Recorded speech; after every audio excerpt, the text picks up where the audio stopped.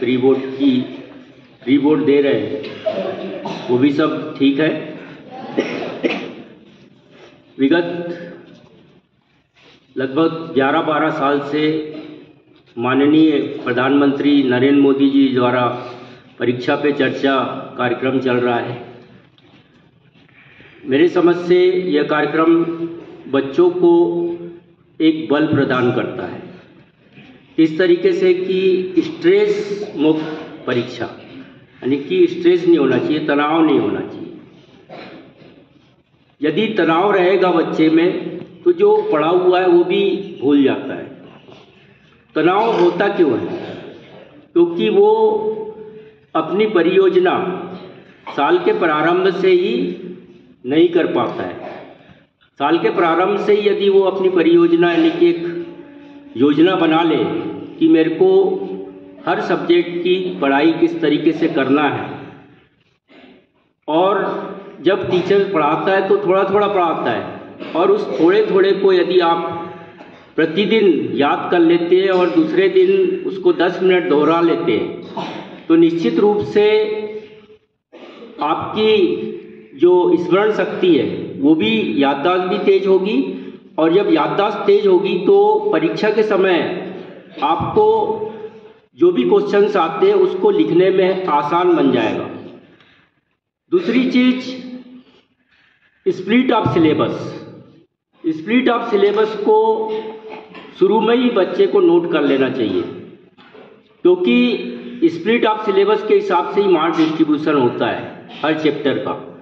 और यदि वो स्प्लिट ऑफ सिलेबस को नोट कर लेता है तो उसको अलग अलग टॉपिक में कितने मार्क्स हैं उसमें तैयारी करने में उसको आसान हो जाता है, क्योंकि वो यदि ज़्यादा मार्क्स का यदि टॉपिक है तो वो उसको जल्दी तैयार करेगा।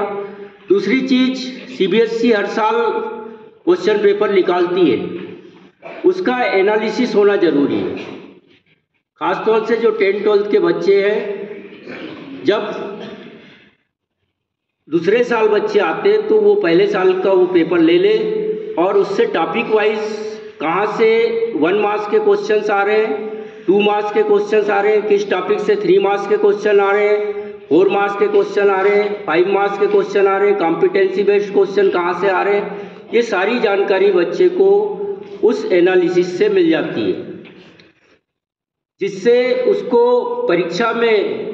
परीक्षा को तैयार करने में आसान हो जाता है, और वो स्ट्रेस होता है उसके अंदर वो कम होता है।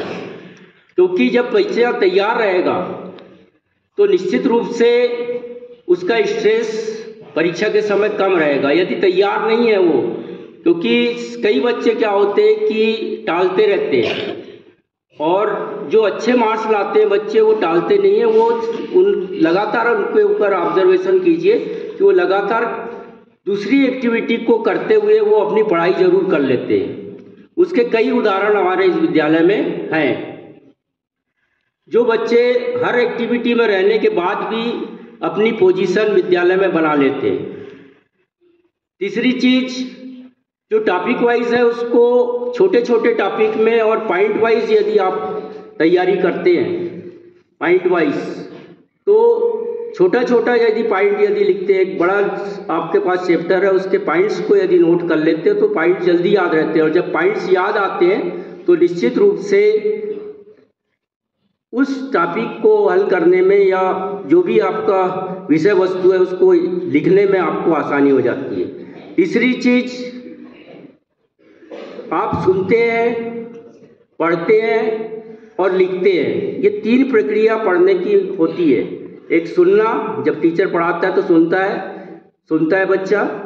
दूसरा, फिर उस टॉपिक को लिखता है और उसको फिर अपना पढ़ता है और लिखता है, यानी पढ़ता है और उसके बाद लिखता है। तो ये 3 प्रक्रिया से उसका जो स्मरण शक्ति है उसमें वो चीज़ें रिकॉर्ड हो जाती है। तो उससे जब परीक्षा के समय हम जब परीक्षा देते हैं तो वो उसमें स्मरण शक्ति में हमको वो चीज़ यादें आने लगती है। दूसरी चीज़ जो टीचर्स करते हैं, टीचर्स क्या करते हैं कि आपको स्लिप टेस्ट आपका लेंगे, उसके बाद साप्ताहिक टेस्ट लेंगे, मंथली टेस्ट लेंगे। बार बार आपको टेस्ट लेके एक जो कोर्स है उसके बारे में आपको जानकारी मिलती है कि किस तरीके से आपको टाइम मैनेजमेंट करना है। टाइम मैनेजमेंट के लिए समय सारणी होना बहुत ज़रूरी है कि आप हर सब्जेक्ट को कितने समय पढ़ना है उसकी एक समय सारणी बना लें, जिससे सभी सब्जेक्टों में आप अच्छे मार्क्स ला सकें। क्योंकि टाइम मैनेजमेंट परीक्षा का एक बहुत बड़ा हिस्सा है। यदि आप टाइम मैनेजमेंट नहीं करेंगे तो कई बच्चे से सुनने में आता है कि सर मेरे पास टाइम नहीं था इसलिए मेरा इतना मार्क्स का छूट गया। उतना मार्क्स का छूट गया का मतलब क्या है कि आपने साल भर टाइम मैनेजमेंट या समय प्रबंधन पर ध्यान नहीं दिया। यदि ये सब बातें ध्यान रखेंगे तो निश्चित रूप से आपको तनाव मुक्त परीक्षा देने में आसान होगा। अभी भी अपने पास समय है, आप इस चीज़ों को ध्यान रखिए जो पॉइंट मैंने बताया है, निश्चित रूप से आपको अच्छी सफलता मिलेगी। जय हिंद, जय भारत।